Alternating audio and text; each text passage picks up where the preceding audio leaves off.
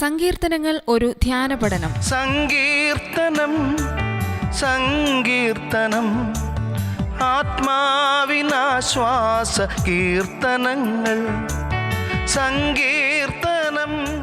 സങ്കീർത്തന പഠന പരമ്പരയിൽ ഇന്ന് നാം 115 സങ്കീർത്തനമാണ് ധ്യാനവിധേയമാക്കുന്നത്. ആ അനുഗ്രഹീതമായ സങ്കീർത്തനം വായിച്ചുകൊണ്ട് നമ്മുടെ പഠനം ആരംഭിക്കാം. ഞങ്ങൾക്കല്ല യഹോവേ, ഞങ്ങൾക്കല്ല, നിന്റെ ദയയും വിശ്വസ്തതയും നിമിത്തം നിന്റെ നാമത്തിന് തന്നെ മഹത്വം വരുത്തണമേ. അവരുടെ ദൈവം ഇപ്പോൾ എവിടെയെന്ന് ജാതികൾ പറയുന്നതെന്തിന്? നമ്മുടെ ദൈവമോ സ്വർഗത്തിലുണ്ട്, തനിക്കിഷ്ടമുള്ളതൊക്കെയും അവൻ ചെയ്യുന്നു. അവരുടെ വിഗ്രഹങ്ങൾ പൊന്നും വെള്ളിയുമാകുന്നു, മനുഷ്യരുടെ കൈവേല തന്നെ. അവയ്ക്ക് വായുണ്ടെങ്കിലും സംസാരിക്കുന്നില്ല, കണ്ണുണ്ടെങ്കിലും കാണുന്നില്ല, അവയ്ക്ക് ചെവിയുണ്ടെങ്കിലും കേൾക്കുന്നില്ല, മൂക്കുണ്ടെങ്കിലും മണക്കുന്നില്ല, അവയ്ക്ക് കൈയുണ്ടെങ്കിലും സ്പർശിക്കുന്നില്ല, കാലുണ്ടെങ്കിലും നടക്കുന്നില്ല, തൊണ്ട കൊണ്ട് സംസാരിക്കുന്നതുമില്ല. അവയെ ഉണ്ടാക്കുന്നവർ അവയെ പോലെയാകുന്നു, അവയിൽ ആശ്രയിക്കുന്ന ഏവനും അങ്ങനെ തന്നെ. ഇസ്രായേലേ, യഹോവയിൽ ആശ്രയിക്ക, അവൻ അവരുടെ സഹായവും പരിചയമാകുന്നു. അഹരോൻ ഗൃഹമേ, യഹോവയിൽ ആശ്രയിക്കുക, അവൻ അവരുടെ സഹായവും പരിചയമാകുന്നു. യഹോ ഭക്തന്മാരെ, യഹോവയിൽ ആശ്രയിപ്പീൻ, അവൻ അവരുടെ സഹായവും പരിചയമാകുന്നു. യഹോവ നമ്മെ ഓർത്തിരിക്കുന്നു, അവൻ അനുഗ്രഹിക്കും. അവൻ ഇസ്രായേൽ ഗ്രഹത്തെ അനുഗ്രഹിക്കും, അവൻ അഹരോൻ ഗ്രഹത്തെ അനുഗ്രഹിക്കും. അവൻ യഹോ ഭക്തന്മാരായ ചെറിയവരെയും വലിയവരെയും അനുഗ്രഹിക്കും. യഹോവ നിങ്ങളെ മേൽക്കുമേൽ വർദ്ധിപ്പിക്കട്ടെ, നിങ്ങളെയും നിങ്ങളുടെ മക്കളെയും തന്നെ. ആകാശത്തെയും ഭൂമിയെയും ഉണ്ടാക്കിയ യഹോവയാൽ നിങ്ങൾ അനുഗ്രഹിക്കപ്പെട്ടവരാകുന്നു. സ്വർഗം യഹോവയുടെ സ്വർഗമാകുന്നു, ഭൂമിയെ അവൻ മനുഷ്യർക്ക് കൊടുത്തിരിക്കുന്നു. മരിച്ചവരും മൗനത്തിൽ ഇറങ്ങിയവരാരും യഹോവയെ സ്തുതിക്കുന്നില്ല. നാമോ ഇന്നു മുതൽ എന്നേക്കും യഹോവയെ വാഴ്ത്തും. യഹോവയെ സ്തുതിപ്പീൻ. 115 സങ്കീർത്തനത്തിലെ ആത്മീക ചിന്തകളെ പഠന സൗകര്യത്തിന് വേണ്ടി 3 തലക്കെട്ടുകളിൽ സംക്ഷേപിക്കുവാൻ ആഗ്രഹിക്കുകയാണ്. ഒന്ന്, ബൈബിളിന് നിരക്കാത്ത 2 വിധ ചെയ്തികളാണ്. വേദപുസ്തകത്തിന് നിരക്കാത്തതായ 2 വിധ ചെയ്തികൾ ആളുകൾ ഇന്ന് ചെയ്യുന്നുണ്ട്. ആർക്കും അവരവരുടെ മതവിശ്വാസങ്ങൾ വിശ്വസിക്കാനും പ്രചരിപ്പിക്കാനുമുള്ള സ്വാതന്ത്ര്യമുണ്ട്. ഇതൊരു ബൈബിൾ പഠനമായതുകൊണ്ട് മാത്രം ബൈബിളിലെ വിഷയങ്ങളാണ് ഞാനിവിടെ വിവരിക്കുന്നത് എന്ന് പ്രത്യേകിച്ച് ഓർപ്പിക്കുകയാണ്. വേദപുസ്തകത്തിന് നിരക്കാത്ത ഒരു പഠിപ്പിക്കലാണ്, ആചാരമാണ് വിഗ്രഹാരാധന എന്നുള്ളത്. ജാതികൾ ഇസ്രായേൽ മക്കളെ പരിഹസിച്ചത് നിങ്ങൾക്ക് ഒരു വിഗ്രഹമില്ലല്ലോ എന്ന പേരിലാണ്. അതുകൊണ്ട് തന്നെ അവർക്ക് കാണിച്ചു കൊടുക്കാൻ അവരുടേതായ ലോകനിർമ്മിതങ്ങളായ മനുഷ്യനിർമ്മിതങ്ങളായ വിഗ്രഹങ്ങളുണ്ട്.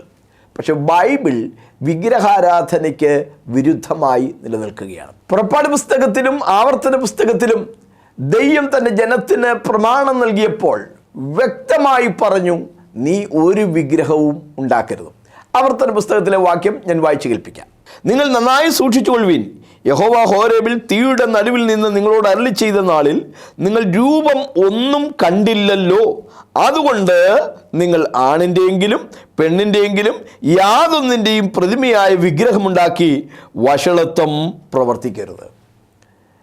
ജാതികൾ പറയുന്നത്, ഞങ്ങളുടെ ദൈവത്തിന് മൂക്കുണ്ടല്ലോ, മനുഷ്യനുണ്ടാക്കി വെച്ചതാണ്. ചെവിയുണ്ടല്ലോ, മനുഷ്യനുണ്ടാക്കി വെച്ചതാണ്. കൈയുണ്ടല്ലോ, മനുഷ്യൻ കൊത്തി ഉണ്ടാക്കിയതാണ്. കാലുണ്ട്, പക്ഷെ അത് നടക്കാറില്ല. കണ്ണുണ്ട്, പക്ഷെ അത് കാണാറില്ല. നാവുണ്ട്, അത് സംസാരിക്കാറില്ല.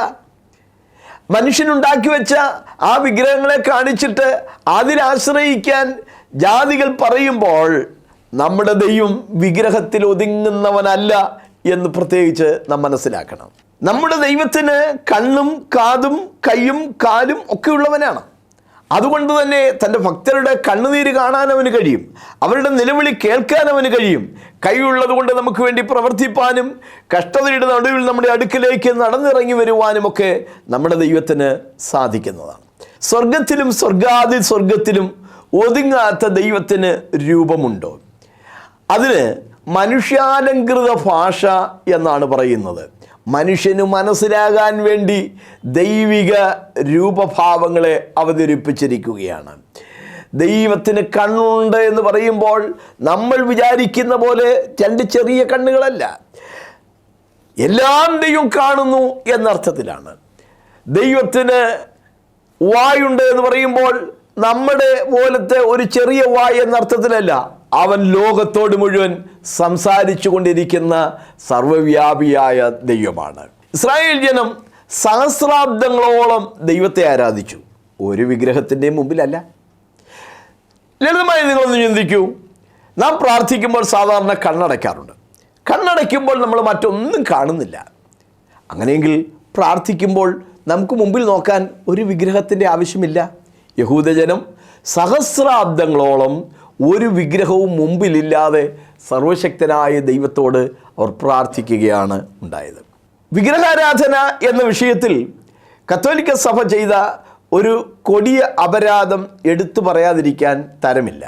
ദൈവം മോശെ മുഖാന്തരം അരുളി ചെയ്ത 10 കൽപ്പനകൾ കുട്ടികളെ പഠിപ്പിക്കുമ്പോൾ 2ാം കൽപ്പന പഠിപ്പിക്കുന്നില്ല. ബൈബിളിലുണ്ട്, POC ബൈബിളിലുമുണ്ട്. പക്ഷേ 10 കൽപ്പന പഠിപ്പിക്കുമ്പോൾ 2ാം കൽപ്പന എടുത്തു മാറ്റി 10ാം കൽപ്പന വെട്ടിമുറിച്ച് 2ആക്കി എണ്ണം തികച്ച് വളരെ കൃത്രിമങ്ങൾ കാട്ടിക്കൂട്ടിയാണ് ഇന്നും ജനത്തെ പഠിപ്പിക്കുന്നത്. ഞാൻ കത്തോലിക്ക സഭയിൽ ജനിച്ചു വളർന്ന വ്യക്തിയാണ്. അവിടെ കുമ്പസാരിച്ച് അതികുർബാനയൊക്കെ കൈക്കൊണ്ടിട്ടുള്ള ഒരു വ്യക്തിയാണ് എന്നുകൂടെ ഓർപ്പിക്കട്ടെ. ചെയ്ത തെറ്റെന്താണ്? പുറപ്പാട് പുസ്തകം 20-ാം അധ്യായത്തിൽ ആ 10 കൽപ്പനകളും ക്രമമായിട്ട് കൊടുത്തിട്ടുണ്ട്. ചെറിയ കൽപ്പനകൾ ഒരു വാക്യമായിട്ടാണ് കൊടുത്തിട്ടുള്ളത്. 1-ാമത്തെ കൽപ്പന, യഹോവയായി ഞാൻ നിന്റെ ദൈവമാകുന്നു, ഞാനല്ലാതെ അന്യദൈവം നിനക്ക് ഉണ്ടാകരുത്. 2-ാമത്തെ കൽപ്പന, ഒരു വിഗ്രഹമുണ്ടാക്കരുത്, മീതെ സ്വർഗത്തിലെങ്കിലും താഴെ ഭൂമിയിലെങ്കിലും ഭൂമിക്ക് കീഴെ വെള്ളത്തിലെങ്കിലുമുള്ള യാതൊന്നിൻ്റെയും പ്രതിമ അരുത്, അവയെ നമസ്കരിക്കുകയോ സേവിക്കുകയോ ചെയ്യരുത്. 10-ാമത്തെ കൽപ്പന നോക്കുക, കൂട്ടുകാരൻ്റെ ഭവനത്തെ മോഹിക്കരുത്, കൂട്ടുകാരൻ്റെ ഭാര്യയെയും അവൻ്റെ ദാസനെയും ദാസിയെയും അവൻ്റെ കാളയെയും കഴുതയെയും കൂട്ടുകാരനുള്ള യാതൊന്നിനെയും മോഹിക്കരുത്. 1-ാമത്തെ കൽപ്പന അങ്ങനെ തന്നെ കത്തോലിക്ക സഭയും പഠിപ്പിക്കുന്നുണ്ട്. പക്ഷേ 2-ാമത്തെ കൽപ്പന, നീ ഒരു വിഗ്രഹം ഉണ്ടാക്കരുത് എന്നുള്ള കൽപ്പന പഠിപ്പിക്കുന്നില്ല. കാരണം അതങ്ങനെ പഠിപ്പിച്ചാൽ കുട്ടികളും യുക്തിയുള്ളവരൊക്കെ ചോദിക്കത്തില്ലേ, നമ്മുടെ പള്ളിക്കകത്ത് നിറച്ച് വിഗ്രഹമല്ലേ എന്ന്. 2ാം കൽപ്പന എടുത്തു മാറ്റിയപ്പോൾ പിന്നെ 9 എണ്ണമേ ഉള്ളൂ. എണ്ണം തികയ്ക്കണ്ടേ? 9 കൽപ്പന എന്ന് പറയാൻ പറ്റില്ലല്ലോ. 10 കൽപ്പന എന്ന് പറയാൻ വേണ്ടി 10-ാമത്തെ കൽപ്പനയെ അവർ 2ആക്കി. 9, അന്യൻ്റെ ഭാര്യയെ മോഹിക്കരുത്. സ്ത്രീകളോടും പറയുന്നത് അന്യൻ്റെ ഭാര്യയെ മോഹിക്കരുതെന്നാണ്. 10 കൽപ്പനയിൽ പുരുഷന്മാർക്ക് മാത്രമായിട്ട് ഒരു കൽപ്പനയുമില്ല. കൽപ്പന പുരുഷനും സ്ത്രീക്കും എല്ലാം തുല്യമാണ്. യാതൊന്നിനെയും മോഹിക്കരുത് എന്നായിരുന്നു ബൈബിളിൽ കിടക്കുന്നത്. പക്ഷേ എണ്ണം തികയ്ക്കാൻ വേണ്ടി 9 അന്യൻ്റെ ഭാര്യയെ മോഹിക്കരുത്, 10 അന്യൻ്റെ വസ്തുക്കൾ മോഹിക്കരുത് എന്ന് തിരുത്തുകയുണ്ടായി. വിഗ്രഹാരാധന ബൈബിൾ വിരുദ്ധമായ ഒരു പഠിപ്പിക്കലാണ് എന്ന് ഞാൻ ഊന്നി പറയുകയാണ്. പഴയ നിയമത്തിൽ മാത്രമല്ല, പുതിയ നിയമവും വിഗ്രഹാരാധനയെ കർശനമായിട്ടാണ് വിലക്കിയിരിക്കുന്നത്. വേദപുസ്തക ഭാഗങ്ങൾ എഴുതാൻ ദൈവത്താൽ ഉപയോഗിക്കപ്പെട്ട അപ്പോസ്തലന്മാരായ പൗലോസും പത്രോസും യോഹന്നാനും വിഗ്രഹാരാധനയെ നഖശിഖാന്തം എതിർത്തുകൊണ്ട് രേഖപ്പെടുത്തിയിട്ടുള്ള വചനഭാഗങ്ങൾ ശ്രദ്ധിക്കുന്ന സ്നേഹിതർക്കായി തിരുവെഴുത്തിൽ നിന്ന് ഞാൻ വായിച്ചു കേൾപ്പിക്കാം. അപ്പോസ്തലനായ പൗലോസിൻ്റെ വാചകങ്ങൾ. റോമാലേഖനം 1:20-21 വാക്യങ്ങൾ. ജ്ഞാനികൾ എന്ന് പറഞ്ഞുകൊണ്ട് അവർ മൂഢരായിപ്പോയി. അക്ഷയനായ ദൈവത്തിൻ്റെ തേജസ്സിനെ അവർ ക്ഷയമുള്ള മനുഷ്യൻ, പക്ഷി, നാൽക്കാലി, ഇഴജാതി എന്നിവയുടെ രൂപസാദൃശ്യമാക്കി കളഞ്ഞു. 1 കൊരിന്ത്യർ ലേഖനം 5:11, 10:14. സഹോദരൻ എന്ന് പേർപ്പെട്ട ഒരുവൻ വിഗ്രഹാരാധിയോ മദ്യപനോ ആകുന്നുവെങ്കിൽ അവനോട് സംസർഗമരുത്. അതുകൊണ്ട് പ്രിയരെ, വിഗ്രഹാരാധന വിട്ട് ഓടുവീൻ.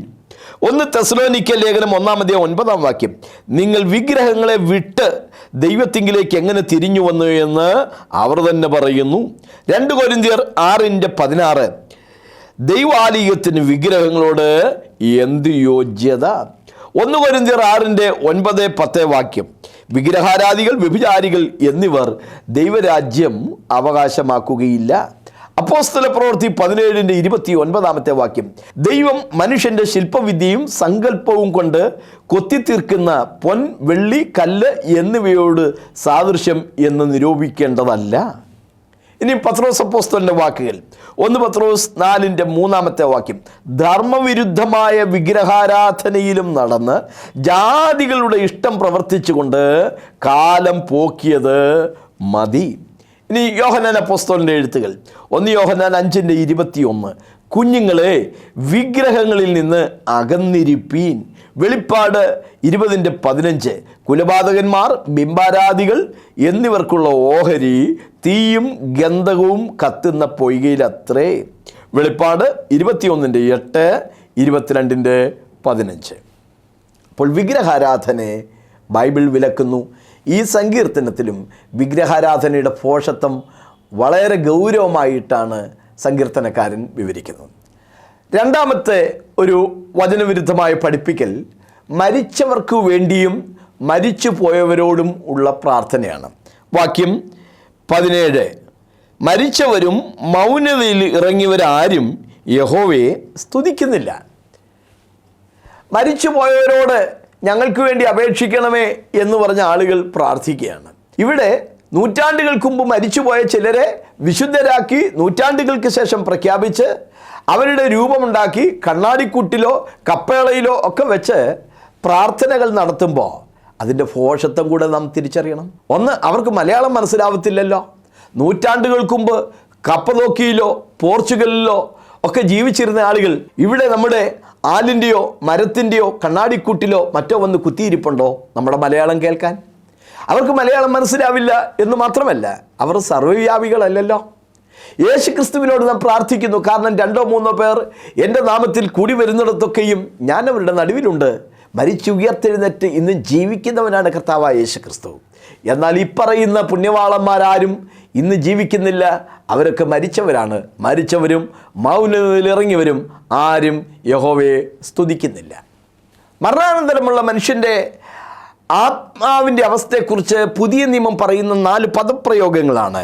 വെളിപ്പാട് 6:11 സ്വസ്ഥമായി പാർക്കുന്നു. 1 തെസ്സലോനിക്കർ 4:13 നിദ്ര കൊള്ളുന്നു.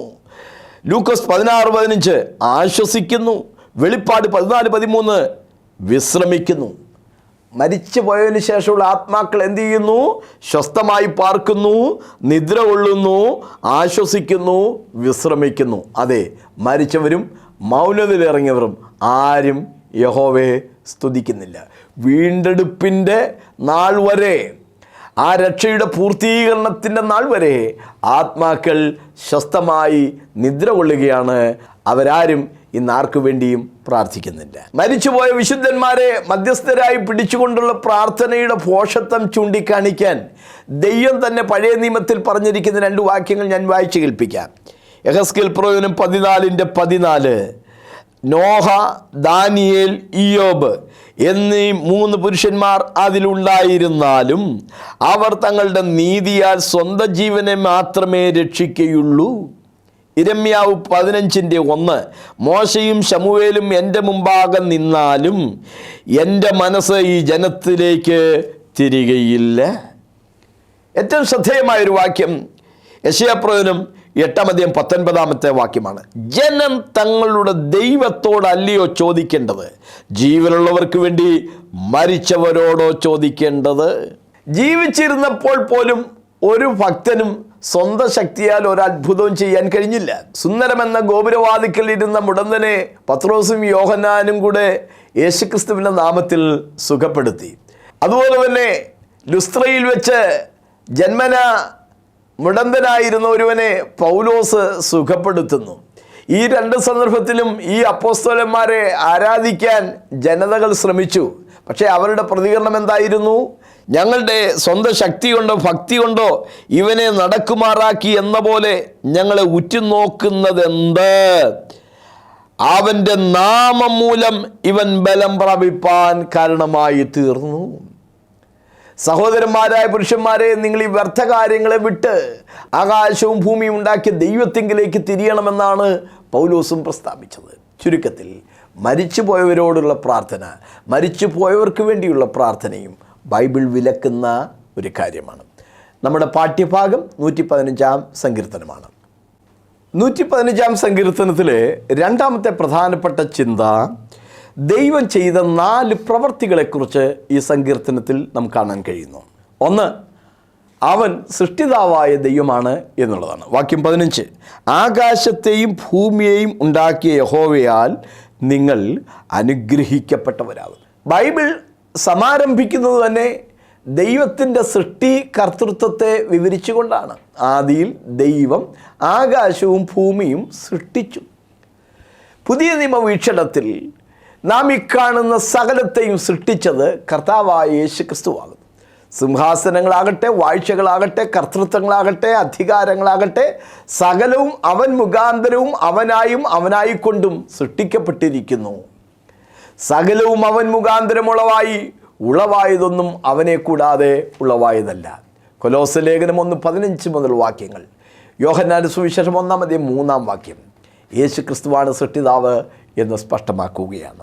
മറ്റൊന്ന്, ദൈവം നമ്മുടെ പരിപാലകനാണ് എന്നുള്ളതാണ്. വാക്യം 11, അവൻ അവരുടെ സഹായവും പരിചയം ആയിരിക്കുന്നു.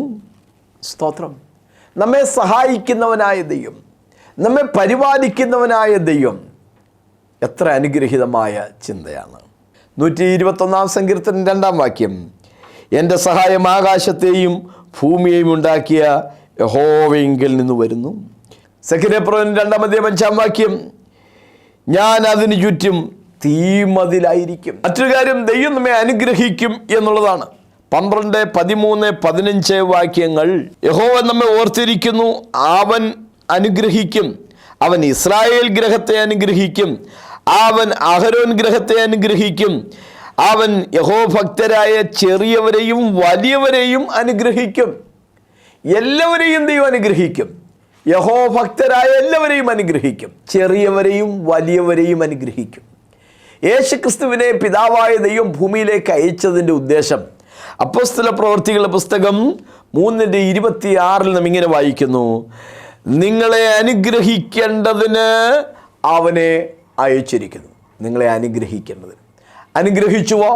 ക്രിസ്തു ഭൂമിയിലായിരുന്നപ്പോൾ ചെറിയവരെയും വലിയവരെയും അനുഗ്രഹിച്ചു. മത്തായി സുവിശേഷത്തിൽ 19:13 മുതലുള്ള വാക്യങ്ങളിൽ ചിലർ ചെറിയ കുട്ടികളെ യേശുവിൻ്റെ അടുക്കൽ പ്രാർത്ഥിക്കാനായി കൊണ്ടുവന്നു. ശിഷ്യന്മാരവരെ വിലക്കി. പക്ഷെ കർത്താവ് എന്താ പറഞ്ഞത്? ശിശുക്കളെ എൻ്റെ അടുക്കൽ വരുവാൻ വിടുവിൻ, അവരെ തടയരുത്. സ്വർഗരാജ്യം ഇങ്ങനെയുള്ളവരുടേതാകുന്നു. അവൻ കൈവച്ച് പ്രാർത്ഥിച്ച് അനുഗ്രഹിച്ചു, ചെറിയവരെ അനുഗ്രഹിച്ചു. ഇനി വലിയവരോടുള്ള ബന്ധത്തിലും നോക്കുക. യേശുവിൻ്റെ സ്വർഗാരോഹണ വേളയിൽ അവൻ ശിഷ്യന്മാരെ കൂട്ടിക്കൊണ്ട് കുന്നിൻ പുറത്തേക്ക് പോയി.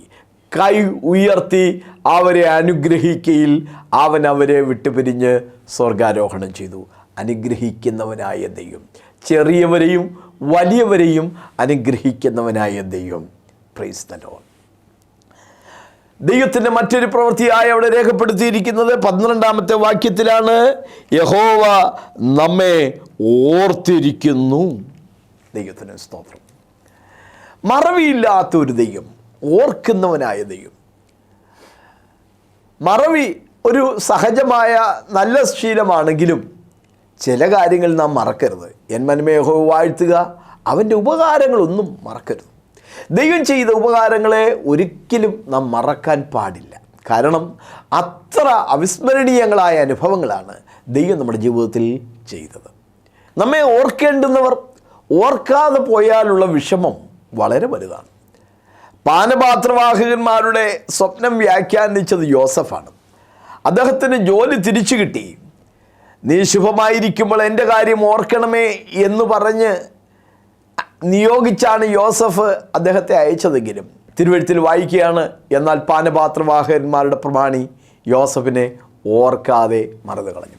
ഓർക്കാതെ മറന്നു കളഞ്ഞു. സ്വന്തം മാതാപിതാക്കളെ മറക്കുന്നവരുണ്ട്, സ്വന്തം കുഞ്ഞുങ്ങളെ മറക്കുന്നവരുണ്ട്. പക്ഷേ നമ്മുടെ ദൈവത്തെക്കുറിച്ച് വായിക്കുന്നത് യെശയ്യാപ്രവചനം 49:14-15 വാക്യം. ഒരു സ്ത്രീ തൻ്റെ കുഞ്ഞിനെ മറക്കുമോ? താൻ പ്രസവിച്ച മകനോട് കരുണ തോന്നാതിരിക്കുമോ? അവർ മറന്നു കളഞ്ഞാലും ഞാൻ നിന്നെ മറക്കുകയില്ല. ക്രൂശിൽ വെച്ച് അനുദപിച്ച സഹോദരൻ കർത്താവിനോട് ഇങ്ങനെയാണ് പ്രാർത്ഥിച്ചത്, കർത്താവേ, നീ രാജ്യത്വം പ്രാപിച്ചു വരുമ്പോൾ എന്നെ ഓർത്തുകൊള്ളണമേ എന്ന്. രാജ്യത്വം പ്രാപിച്ചു വരുമ്പോൾ ഭാവിയിൽ എന്നെ ഓർക്കണമേ എന്നാണ് അവൻ പ്രാർത്ഥിച്ചതെങ്കിലും ക്രിസ്തു അവന് നൽകിയ ഉത്തരം എത്ര സുനിശ്ചിതത്വമുള്ളതായിരുന്നു. ഇന്ന് നീ എന്നോടുകൂടെ പർദീസായിൽ ഇരിക്കും. ദൈവം നമ്മെ ഓർത്തു. അതും ദൈവത്തിൻ്റെ കൃപയാണ് സഹോദരങ്ങളെ. 8 സങ്കീർത്തനം 3-4 വാക്യം. നീ ഉണ്ടാക്കിയ ചന്ദ്രനെയും നക്ഷത്രങ്ങളെയും നോക്കുമ്പോൾ മർത്യനെ നീ ഓർക്കേണ്ടതിന് അവനെന്ത്? മനുഷ്യപുത്രനെ സന്ദർശിക്കേണ്ടതിന് അവൻ എന്തുമാത്രം. 103 സങ്കീർത്തനം 14 വാക്യം, നാം പൊടി എന്ന് അവൻ ഓർക്കുന്നു. 136 സങ്കീർത്തനം 23 വാക്യം, നമ്മുടെ താഴ്ചയിൽ നമ്മെ ഓർത്തവന് അവൻ്റെ ദയ എന്നേക്കുമുള്ളത്. ദാവീദിനെ ദൈവം അവൻ്റെ താഴ്ചയിൽ ഓർത്തു എന്നുള്ളത് ഒരിക്കലും തനിക്ക് മറക്കാൻ കഴിയത്തില്ല. ദാവീദിൻ്റെ അനുഭവ സാക്ഷ്യത്തിൽ താൻ അത് വ്യക്തമാക്കുന്നുണ്ട്. ഞാനത് വായിച്ചു കേൾപ്പിക്കാം. 1 ദിനവൃത്താന്ത പുസ്തകം 17 അധ്യായത്തിൻ്റെ 16 മുതൽ 19 വരെയുള്ള തിരുവചന ഭാഗങ്ങൾ. അപ്പോൾ ദാവീദ് അകത്തിയെന്ന് യഹോവയുടെ സന്നിധിയിലിരുന്ന് പറഞ്ഞതെന്തെന്നാൽ, യഹോവയായ ദൈവമേ, നീ എന്നെ ഇത്രത്തോളം കൊണ്ടുവരാൻ ഞാൻ ആർ? എൻ്റെ ഗ്രഹവും എന്തുള്ളൂ? ദൈവമേ, ഇതും പോരാ എന്ന് തോന്നിയിട്ട് യഹോവയായ ദൈവമേ, വരുവാനുള്ള ദീർഘകാലത്തേക്ക് അടിയൻ്റെ ഗ്രഹത്തെക്കുറിച്ചും നീ അരുളി ചെയ്യുകയും ശ്രേഷ്ഠ പദവിയിലുള്ള മനുഷ്യൻ്റെ അവസ്ഥയ്ക്കൊത്തവണ്ണം എന്നെ ആദരിക്കുകയും ചെയ്തിരിക്കുന്നു. അടിയന് ചെയ്ത ബഹുമാനത്തെക്കുറിച്ച് ദാവീദ് ഇനി എന്തു പറയേണ്ടു? നീ അടിയനെ അറിയുന്നുവല്ലോ. യഹോവേ, അടിയൻ നിമിത്തവും നിന്റെ പ്രസാദപ്രകാരവും നീ ഈ മഹിമയൊക്കെയും പ്രവർത്തിച്ച് ഈ വൻകാര്യം എല്ലാം അറിയിച്ചു തന്നിരിക്കുന്നു. നോക്കിക്കേ, ദൈവത്തോടുള്ള തൻ്റെ നന്ദിയുടെ ആ ബഹിർസ്ഫുരണങ്ങളാണ് ഈ വചനങ്ങൾ. വേദപുസ്തകം നാം പഠിച്ചാൽ ദൈവം അനേകരെ ഓർത്തിട്ടുള്ളതായി നമുക്ക് കാണാൻ കഴിയും. അബ്രഹാമിനെ ദൈവം ഓർത്തു എന്നാണ് വായിക്കുന്നത്. ഓർത്തു എന്ന് പറയുന്ന 2 സംഭവം അബ്രഹാമിൻ്റെ ജീവിതത്തിലുണ്ട്. ഒന്ന്, സഹോദരപുത്രനായ ലോത്തിനെ വിടുവിക്കുന്നതിനുള്ള ബന്ധത്തിലാണ്. ഉൽപ്പത്തി 19:29 വാക്യം, ദൈവം അബ്രഹാമിനെ ഓർത്ത് ലോത്ത് പാർത്ത പട്ടണങ്ങൾക്ക് ഉന്മൂലനാശം വരുത്തുകയിൽ ലോത്തിനെ ആ ഉന്മൂലനാശത്തിൽ നിന്നും വിടുവിച്ചു. 2, ഇരുമ്പുലയ്ക്ക് സമാനമായിരുന്ന ഈജിപ്തിൽ നിന്ന് ഇസ്രായേൽ മക്കളെ വിടുവിച്ചതും അബ്രഹാമിനെ ദൈവം ഓർത്തത് കൊണ്ടാണ്. പുറപ്പാട് 2:23 മുതൽ 25 വരെയുള്ള വാക്യം, ദൈവം അവരുടെ നിലവിളി കേട്ടു. ദൈവം അബ്രഹാമിനോടും ഇസഹാക്കിനോടും യാക്കോബിനോടും തനിക്കുള്ള നിയമവും ഓർത്തു. ദൈവം ഇസ്രായേൽ മക്കളെ കടാക്ഷിച്ചു. ദൈവം അറിഞ്ഞു. ദൈവം അബ്രഹാമിനെ ഓർത്തു. ദൈവം റാഹേലിനെ ഓർത്തതായി ഉൽപ്പത്തി പുസ്തകം 30:2-22 വാക്യങ്ങളിൽ വായിക്കുന്നു. യാക്കോബിൻ്റെ ഇഷ്ടഭാര്യയായിരുന്ന റാഹേൽ മച്ചിയായിരുന്നു. എനിക്ക് മക്കളെ തരണം, അല്ലെങ്കിൽ ഞാൻ മരിച്ചു പോകും എന്നാണ് റാഹേൽ പരിതപിച്ചത്. യാക്കോബ് എന്താണ് മറുപടി പറഞ്ഞത്? നിനക്ക് ഗർഭഫലം തരാതിരിക്കുന്ന ദൈവത്തിൻ്റെ സ്ഥാനത്തോ ഞാൻ എന്ന് മറുപടി പറഞ്ഞു. എങ്കിലും ദൈവം റാഹേലിനെ ഓർത്തു. ദൈവം അവളുടെ അപേക്ഷ കേട്ടു. അവളുടെ ഗർഭം തുറന്നു എന്ന് തിരുവെഴുത്തിൽ വായിക്കുകയാണ്. ദൈവം അവളെ ഓർത്തു. ദൈവം ഹന്നയെ ഓർത്തതായി 1 ശമൂവേലിന്റെ പുസ്തകം 1 അധ്യായത്തിൽ നമ്മൾ വായിക്കുന്നു. അവൾ മച്ചിയായിരുന്നു. ദൈവമേ, നീ എന്നെ ഓർക്കുകയും എനിക്ക് ഒരു പുരുഷ സന്തതിയെ തരികയും ചെയ്താൽ എന്നാണ് അവൾ പ്രാർത്ഥിച്ചത്. ദൈവം അവളെ ഓർത്തു. ദൈവം അവൾക്ക് ഒരു സന്തതിയെ നൽകി. 115 സങ്കീർത്തനത്തിലെ 3ാമത്തെ പ്രസക്തമായ ചിന്ത നമ്മുടെ കടപ്പാടുകളാണ്. ദൈവം നമ്മെ ഓർത്തു. പക്ഷെ നാം ചെയ്യേണ്ടുന്ന പല കാര്യങ്ങൾ ഇതിനകത്ത് പറയുന്നു. 1, നാം ദൈവത്തിൻ്റെ നാമത്തെ മഹത്വപ്പെടുത്തണം എന്നുള്ളതാണ്. വാക്യം 11, ഞങ്ങൾക്കല്ല യഹോവേ, ഞങ്ങൾക്കല്ല, നിൻ്റെ നാമത്തിന് തന്നെ മഹത്വം വരുത്തണമേ. വാക്കിനാലോ ക്രിയയാലോ എന്ത് ചെയ്താലും സകലവും കർത്താവായ യേശുക്രിസ്തുവിൻ്റെ നാമത്തിൽ ചെയ്തു. അവൻ മുഖാന്തരം പിതാവായ ദൈവത്തിന് സ്തോത്രം പറഞ്ഞും കൊണ്ടിരിപ്പീൻ എന്നാണ് കൊലോസ്യർ 2:17 നമ്മൾ വായിക്കുന്നത്. ദൈവനാമത്തിന് മഹത്വമായി തരണം. യേശുക്രിസ്തു ഗലീലയിലെ കാനാവിൽ വെച്ച് ആ കല്യാണ വീട്ടിൽ വെള്ളം വീഞ്ഞാക്കിക്കൊണ്ട് തൻ്റെ മഹത്വത്തെ വെളിപ്പെടുത്തി എന്നാണ് വായിക്കുന്നത്. വെളിപ്പാട് പുസ്തകം 5:8, 9, 12 വാക്യങ്ങളിൽ വീണ്ടെടുപ്പ് പ്രാപിച്ച വിശുദ്ധന്മാർ തങ്ങളുടെ കിരീടങ്ങൾ കുഞ്ഞാടായ ക്രിസ്തുവിന് മുമ്പാകെ ഇട്ടുകൊണ്ട്, കുഞ്ഞാടെ നീ യോഗ്യനെന്നാണ് അവർ പറയുന്നത്, ശക്തിയും ധനവും ജ്ഞാനവും ബലവും ബഹുമാനവും മഹത്വവും സ്തോത്രവും ലഭിപ്പാൻ യോഗ്യൻ എന്ന് പറഞ്ഞു. ദൈവത്തിന് മഹത്വം. നമുക്കും ദൈവത്തെ മഹത്വപ്പെടുത്തുവാൻ കർത്താവ് കൃപ തരട്ടെ. 2ാമത് നാം ചെയ്യേണ്ടുന്ന കടപ്പാട് ദൈവത്തിൽ ആശ്രയിക്കണം എന്നുള്ളതാണ്. അതിൻ്റെ 9, 10, 11 വാക്യങ്ങളിൽ വായിക്കുന്നു, യഹോ ഭക്തന്മാരെ യഹോവയിൽ ആശ്രയിപ്പീൻ. ഈ 3 വാക്യങ്ങളിലും യഹോവയിൽ ആശ്രയിക്കുവാനാണ് പറയുന്നത്. 8ാമത്തെ വാക്യത്തിൽ വിഗ്രഹത്തിൽ ആശ്രയിക്കുന്ന ഏവനും അങ്ങനെ തന്നെ എന്ന് പറഞ്ഞിട്ട് അതിൻ്റെ ഭോഷത്വം നിരത്തി വച്ചിട്ട് നമ്മുടെ ദൈവമോ സ്വർഗത്തിലുണ്ട്, അവൻ തനിക്ക് ഇഷ്ടമുള്ളതൊക്കെയും ചെയ്യുന്നു എന്ന് പറഞ്ഞിട്ട് പറയുകയാണ്, നിങ്ങൾ ദൈവത്തിൽ ആശ്രയിപ്പീൻ. മനുഷ്യരിൽ ആശ്രയിക്കുന്നതിനേക്കാൾ യഹോവയിൽ ആശ്രയിക്കുന്നത് നല്ലത്. നമ്മുടെ മറ്റൊരു കടപ്പാട്, നമ്മുടെ ദൈവത്തെ പ്രപഞ്ചത്തിലൂടെ ദൈവത്തിൻ്റെ പ്രവർത്തികളിലൂടെ നാം കാണിച്ചു കൊടുക്കണം. കർത്താവിന് സ്തോത്രം. അവരുടെ ദൈവം എവിടെയെന്നല്ലേ ജാതികൾ ചോദിച്ചത്. അതിന് ഇസ്രായേലിൻ്റെ മറുപടി എന്തായിരുന്നു? നമ്മുടെ ദൈവമോ സ്വർഗത്തിലുണ്ട്.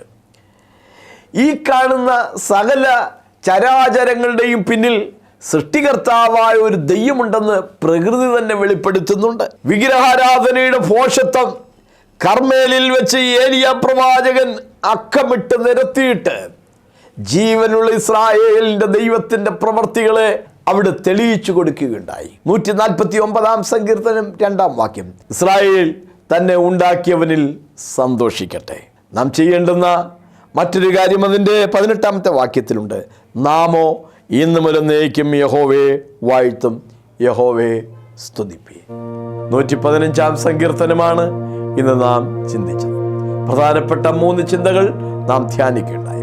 1, ബൈബിളിൽ നിരക്കാത്ത പഠിപ്പിക്കലുകൾ. വിഗ്രഹാരാധന ബൈബിളിന് ഒട്ടും തന്നെ നിരക്കാത്തതും കടുത്ത ശിക്ഷയ്ക്ക് വിധേയമാകുന്നതുമായ പാപമാണ്. വിഗ്രഹത്തെ ആരാധിക്കുന്ന ഏവരെയും ദൈവം തീപ്പൊയ്കയിലേക്ക് തള്ളിക്കളയുമെന്ന് വെളിപ്പാട് പുസ്തകത്തിൽ കർശനമായി പറഞ്ഞിരിക്കുന്നു. പൗലോസ് അപ്പോസ്തലനും പത്രോസ് അപ്പോസ്തലനും യോഹന്നാൻ അപ്പോസ്തലനുമെല്ലാം വിഗ്രഹാരാധനയുടെ ഭോഷത്വം വളരെ സ്പഷ്ടമായിട്ടാണ് നിരത്തി വച്ചിരിക്കുന്നത്. കുഞ്ഞുങ്ങളെ, വിഗ്രഹാരാധന വിട്ട് ഓടുവിൻ. മറ്റൊന്ന് മരിച്ചവരോടുള്ള പ്രാർത്ഥനയാണ്. ജനം തങ്ങളുടെ ദൈവത്തോടല്ലയോ ചോദിക്കേണ്ടത്, ജീവനുള്ളവർക്ക് വേണ്ടി മരിച്ചവരോടോ ചോദിക്കുന്നത് എന്ന് ചോദിച്ചുകൊണ്ട് മരിച്ചവരും മൗനത്തിൽ ഇറങ്ങി നിന്നവരാരും യഹോവയെ സ്തുതിക്കുന്നില്ല എന്ന് സങ്കീർത്തനക്കാരൻ്റെ അചിന്ത പ്രവചനത്തിലും സമർത്ഥിച്ചിരിക്കുകയാണ്. രണ്ടാമത് നാം ചിന്തിച്ചത് ദൈവത്തിൻ്റെ 4 വിധ പ്രവൃത്തികളായിരുന്നു. 1, നമ്മുടെ ദൈവം സൃഷ്ടികർത്താവായ ദൈവമാണ്. ആകാശവും ഭൂമിയെ സൃഷ്ടിച്ച ദൈവം ഇന്നും അവിടുത്തെ സൃഷ്ടിപ്പ് തുടരുന്നുണ്ട്. നിന്റെ ഹൃദയത്തിൽ പുതിയ സന്തോഷം സൃഷ്ടിക്കാൻ, നിന്റെ ജീവിതത്തിൽ പുതിയ സമാധാനം സൃഷ്ടിക്കാൻ ആ സർവശക്തനായ ദൈവത്തിന് ഇന്നും സാധിക്കുന്നതാണ്. മറ്റൊന്ന്, ദൈവം പരിപാലകനാണ്. ദൈവം പരിപാലിക്കുന്നില്ലെങ്കിൽ നമ്മുടെ പരിശ്രമങ്ങളൊന്നെല്ലാം വ്യർത്ഥമാകാണ്. യഹോവ പട്ടണം കാക്കാതിരുന്നാൽ കാവൽക്കാർ വൃഥാ ജാഗരിക്കുകയാണ്. യോബിനും അവനുള്ള സകലത്തിനും ദൈവം വേലികെട്ടി പരിപാലിച്ചതുപോലെ ദൈവം തൻ്റെ ജനത്തിനു ചുറ്റും തീമതിലായിരിക്കുമെന്ന് അരുളി ചെയ്തതുപോലെ ദൈവം നിങ്ങളെയും പരിപാലിക്കേണ്ടതിനായി, തൻ്റെ ചിറകടിയിൽ സംരക്ഷിക്കേണ്ടതിനായി ഞാൻ ദൈവസന്നിധിയിൽ പ്രാർത്ഥിക്കുന്നു. മറ്റൊന്ന്, ദൈവം നമ്മെ അനുഗ്രഹിക്കുമെന്നാണ്. യഹോഭക്തരായ ചെറിയവരെയും വലിയവരെയും അനുഗ്രഹിക്കുന്നു. ക്രിസ്തു ഭൂമിയിലായിരുന്നപ്പോൾ പൈതങ്ങളെയും മുതിർന്നവരെയും അനുഗ്രഹിക്കുകയുണ്ടായി. മറ്റൊന്ന്, ദൈവം നമ്മെ ഓർത്തിരിക്കുന്നു എന്നാണ്. ദൈവം അനേകരെ ഓർത്തതായി നാം കണ്ടു. ദൈവം നോഹയെ ഓർത്തു, അബ്രഹാമിനെ ഓർത്തു, റാഹേലിനെ ഓർത്തു, ഹന്നയെ ഓർത്തു. നിങ്ങളെയും ഓർക്കുവാൻ ദൈവത്തിന് കഴിയും. കർത്താവേ, എന്നെ ഓർക്കണമേ എന്ന് ക്രൂശിൽ വെച്ച് അനുദപിച്ച സഹോദരനോട് ഇന്ന് നീ എന്നോടുകൂടെ പ്രതീക്ഷയിലിരിക്കുമെന്ന് കർത്താവ് ഉത്തരം നൽകിയതുപോലെ നമ്മുടെ അപേക്ഷകളെ കർത്താവ് നിരസിക്കുകയില്ല, അവനത് നൽകി തരിക തന്നെ ചെയ്യും. 3, നമ്മുടെ കടപ്പാടുകളായിരുന്നു. ദൈവത്തിൻ്റെ നാമത്തിന് മഹത്വത്തിന് വേണ്ടിയായിരിക്കണം നമ്മുടെ എല്ലാ പ്രവർത്തനങ്ങളും. മറ്റൊന്ന്, ദൈവത്തിൽ പൂർണ്ണ മനസ്സോടെ ആശ്രയം വെക്കുവാൻ സാധിക്കണം. യഹോവയിൽ ആശ്രയിക്കുകയും യഹോവ തന്നെ ആശ്രയമായിരിക്കുകയും ചെയ്യുന്ന മനുഷ്യൻ ഭാഗ്യവാൻ. മനുഷ്യരിൽ ആശ്രയിക്കുന്നതിനേക്കാൾ യഹോവയിൽ ആശ്രയിക്കുന്നത് നല്ലത്. ദാവീദും ആസാഫും സോളമനും ഹേമാനും ഏഥാനും മോശയും. ദാവീദും ആസാഫും സോളമനും ഹേമാനും ഏഥാനും മോശയും കോരഹിൻ പുത്രന്മാരും പാടിപ്പുകഴ്ത്തിയ കീർത്തനങ്ങൾ. കോരഹിൻ പുത്രന്മാരും പാടിപ്പുകഴ്ത്തിയ കീർത്തനങ്ങൾ. സങ്കീർത്തനം സങ്കീർത്തനം ആത്മാവിനാശ്വാസ കീർത്തനങ്ങൾ.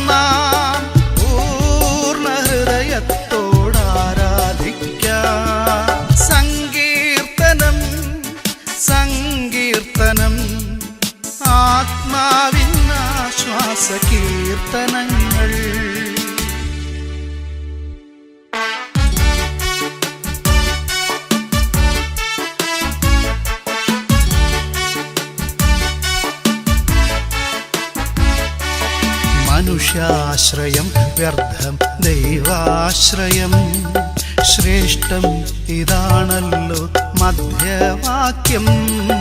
മനുഷ്യാശ്രയം വ്യർത്ഥം ദൈവാശ്രയം ശ്രേഷ്ഠം ഇതാണല്ലോ മധ്യവാക്യം. വേദത്തിൻ സാരാംശവും